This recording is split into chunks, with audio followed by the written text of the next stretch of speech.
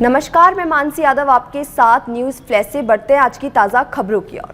बानसूर में शहीद भूप सिंह की प्रतिमा का अनावरण किया गया।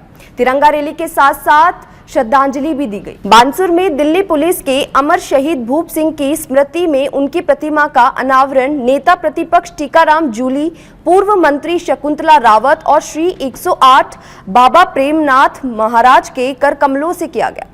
कार्यक्रम की शुरुआत अंबेडकर सर्किल से हुई, जहां डॉक्टर भीमराव अंबेडकर की प्रतिमा पर माल्यार्पण किया गया। इसके बाद मुख्य मार्गों से तिरंगा रैली निकालकर शहीद स्मारक पहुंचकर शहीद को पुष्पांजलि अर्पित की गई।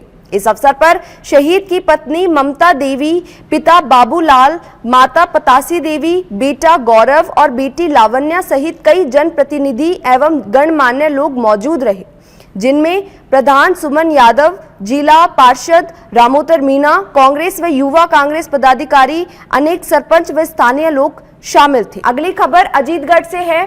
सिकर फोर्सेस में शहीद रतनलाल गुर्जर को श्रद्धांजलि दी गई और उनके परिजनों को 1.70 लाख की एफडी सौंपी गई। सीकर फोर्सेस परिवार के पदाधिकारियों ने इंस्पेक्टर महेंद्र तेतरवाल के नेतृत्व में शहीद रतनलाल गुर्जर के गांव ढाणी लोहिया चुड़ला पहुंचकर श्रद्धांजलि सभा आयोजित की और परिजनों का सम्मान किया। कार्यक्रम में 2 मिनट का मौन रखकर शहीद को श्रद्धांजलि दी गई। शहीद के माता पिता, भाइयों और बच्चों को 1.70 लाख रुपए की एफडी सौंपी गई। शहीद की स्मृति में आम का पौधा भी लगाया गया। इंस्पेक्टर तेतरवाल ने शहीद की मां की वीरता पर कविता सुनाई और ग्रामीणों से शहीद परिवार को हर अवसर पर साथ देने का आह्वान किया। वीरांगना की पेंशन व अन्य लाभों के शीघ्र समाधान का आश्वासन भी दिया। फोर्स परिवार दिल्ली अध्यक्ष ओम प्रकाश निठारवाल ने बताया कि अब तक 49 शहीद परिवारों को सहायता दे चुके हैं। ग्रामीणों ने गांव के मुख्य मार्ग का नाम शहीद रतनलाल गुर्जर मार्ग रखने की मांग की है। इस अवसर पर कई फोर्स सदस्य, ग्रामीण व शहीद के परिजन उपस्थित रहे। आज अपने फोर्सेज के साथियों के साथ सावलपुरा दौरान लोहिया की ढाणी पहुंचे हैं और हमारे साथी शहीद रतनलाल गुर्जर को सशक्त नमन करता हूं और इस भूमि को नमन करता हूं, इनके माता पिता को नमन करता हूं जिन्होंने ऐसे सपूत को जन्म दिया और दो सपूतों को जन्म दिया जिन्होंने देश के खातिर अपने प्राणों को न्यौछावर किया। मैं आज मेरे सभी साथी जो आज नहीं आ पाए, जो अपने कर्तव्य निभा रहे हैं, अपने अपने यथास्थान पर जहां भी ड्यूटी है वहां अपना कर्तव्य निभा रहे हैं, वो नहीं आ पाए किसी कारणवश, उन सभी साथियों के फोर्सेज क्लब के सभी साथियों की तरफ से मैं हमारे साथी भाई रतनलाल गुर्जर को सशक्त नमन करता हूं, श्रद्धांजलि अर्पित करता हूं। और आज हम सब साथी हमारे साथियों के सहयोग 1,65,000 रुपए की 3 एफडी तीनों बच्चों के नाम करवाकर आज भेंट की है और मैं इस परिवार को विश्वास दिलाना चाहता हूं कि हमारे लायक फोर्सेज के किसी भी साथी को आप बोल देना और हम हमेशा इस परिवार के साथ जुड़े रहेंगे, सहयोग करते रहेंगे, चाहे वो सरकारी कार्य संबंधी हो, चाहे सामाजिक रूप से हो, चाहे और कोई कार्य हो, तो हमें सूचना कर देना, हम आपके साथ हमेशा सहयोग करते रहेंगे। पहले भाई रामपाल के समय भी हमने सहयोग किया था, आज भी हम आए हैं और आपको विश्वास दिलाते हैं कि हमारे साथी ओमी शंकर और मनोहर, ये आपके यहाँ ललित, ये तीनों यही आपके पड़ोसी हैं, इनको किसी को भी आप कह देना, जो भी सहायता होगी हम जरूर करेंगे।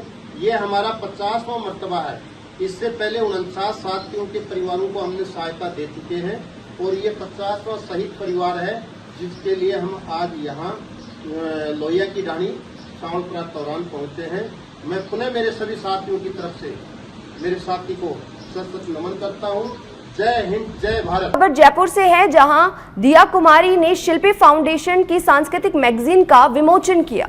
राजस्थान की कला और संस्कृति को समर्पित संस्था शिल्पी फाउंडेशन द्वारा प्रकाशित मैगजीन का लोकार्पण शनिवार को उप मुख्यमंत्री दिया कुमारी के सिविल लाइंस स्थित कार्यालय में संपन्न हुआ। कार्यक्रम की मुख्य अतिथि दिया कुमारी जी ने मैगजीन का विधिवत विमोचन कर संस्था के प्रयासों की सराहना की।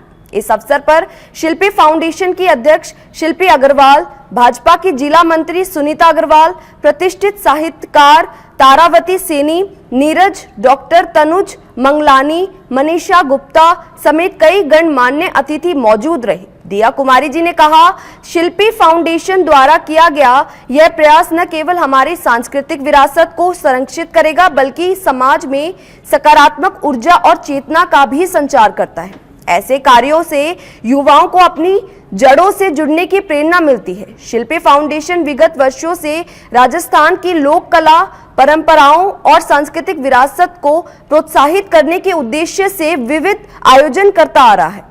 संस्था द्वारा आयोजित कार्यक्रम से न केवल कलाकारों को मंच मिलता है बल्कि आमजन में संस्कृति के प्रति जागरूकता भी बढ़ती है। कार्यक्रम के अंत में उपस्थित अतिथियों ने संस्था को भविष्य के लिए शुभकामनाएं दी और समाज हित में निरंतर सक्रिय रहने की कामना की। दिया कुमारी ने किया शिल्पी फाउंडेशन की मैगजीन का विमोचन। अगली खबर हमारे साथ मनोहर थाना से है, जहां 21 जोड़ों का निःशुल्क विवाह संपन्न हुआ। मनोहर थाना क्षेत्र में सर्वजातीय सामूहिक निःशुल्क विवाह सम्मेलन पतलोन खींची दरबार के सानिध्य में 21 जोड़ों का वैवाहिक आयोजन हुआ।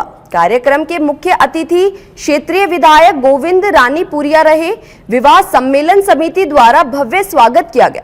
कार्यक्रम को संबोधित करते हुए विधायक ने कहा कि सर्वजातीय निःशुल्क सामूहिक विवाह सम्मेलन आयोजित किया गया है। इसके लिए मैं समिति को बहुत बहुत बधाई एवं शुभकामनाएं देता हूं। साथ ही 21 जोड़ों को परिणय सूत्र में बांधने पर सभी के दीर्घायु की कामना करता हूं। इस मौके पर उपजिला प्रमुख बैनाथ मीणा, अमरलाल फौजी, नंदकिशोर मीणा, नयापुरा सरपंच प्रतिनिधि शंकर लाल मीणा, हेमंत पारिता, श्याम शर्मा, घनश्याम बद्रीलाल लोधा, गोविंद शर्मा आदि कार्यकर्ता उपस्थित रहे। अगली खबर हमारे साथ चित्तौड़गढ़ से है, जहां पुलिस ने लाखों की चोरी करने वाले चोर को पकड़ा। मंगलवार थाना क्षेत्र के संगेसरा गांव में 1 वर्ष पूर्व हुए बड़ी चोरी के मामले में पुलिस ने एक आरोपी को गिरफ्तार कर लिया है, जबकि दूसरा आरोपी नामजद किया गया है। पुलिस अधीक्षक सुधीर जोशी ने बताया कि 25 जनवरी 2024 को कैलाश चंद्र कुम्हार के बंद मकान से सोने चांदी के आभूषण और नकदी सहित लाखों रुपए का सामान चोरी हुआ था। मामले में अनुसंधान के दौरान साइबर सेल की मदद से ढोलियों की गली जावद दरवाजा निम्बाहेड़ा निवासी मोहम्मद अमजद उल्लाह को गिरफ्तार किया गया। पूछताछ में उसने अपने साथी मिथुन बाबू के साथ मिलकर चोरी करना कबूल किया। एएसपी सरिता सिंह और डीएसपी देशराज कुलदीप के निर्देशन में गठित टीम ने चित्तौड़गढ़, निम्बाहेड़ा, मावली आदि क्षेत्रों में संदिग्ध की तलाश की। आरोपी चोरी के मकानों की रेकी कर ताले तोड़ता था, एक भीतर घुसता था और दूसरा निगरानी करता था। चोरी का माल बेचकर मौज मस्ती करना उनका उद्देश्य था। थानाधिकारी भगवान लाल, एएसआई प्रेमनाथ, साइबर सेल व पुलिस टीम की सतर्कता से यह कार्रवाई संभव हुई। पुलिस को उम्मीद है कि आरोपी से और भी वारदातें उजागर हो सकती है। मामले की जांच जारी है। अगली खबर मेटा सिटी से है, जहां विधायक ने महाराणा प्रताप की जयंती पर उनका पोस्टर का विमोचन किया। विधायक लक्ष्मण राम कलरू ने महाराणा प्रताप की 486वीं जयंती समारोह का रंगीन पोस्टर जारी किया। इस अवसर पर नगर पालिका अध्यक्ष गिरधारी राम, भाजपा मंडल अध्यक्ष मोहित माली, महामंत्री राम कैलाश गटानी व संतोष शर्मा सहित कई गणमान्य व्यक्ति उपस्थित रहे। समारोह संयोजक गजेंद्र सिंह गांगुड़ा ने बताया कि यह आयोजन 29 मई 2025 को प्रातः 10:15 पर मीरा स्मारक, राव दूधागढ़, मेड़ता सिटी में होगा। मुख्य अतिथि होंगे गजेंद्र सिंह, जबकि अध्यक्षता ठाकुर वीरभद्र सिंह आलनियावास करेंगे।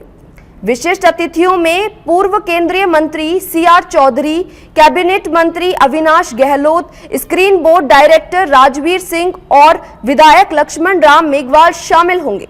गजेंद्र सिंह ने बताया कि आयोजन का उद्देश्य महाराणा प्रताप की वीरता, साहस और देशभक्ति को स्मरण करना है। समारोह में उनके जीवन और योगदान पर चर्चा की जाएगी। अगली खबर फिर से मेड़ता सिटी से है, जहां छत गिरने से एक युवक की मौत हो गई।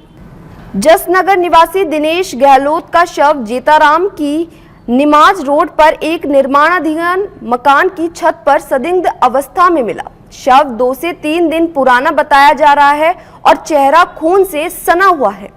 पुलिस ने शव की पहचान कर परिजनों को सूचना दी। मृतक जेतारण में ट्रैक्टर चालक के रूप में कार्य करता। परिजनों ने अज्ञात के खिलाफ हत्या का मामला दर्ज कराया है।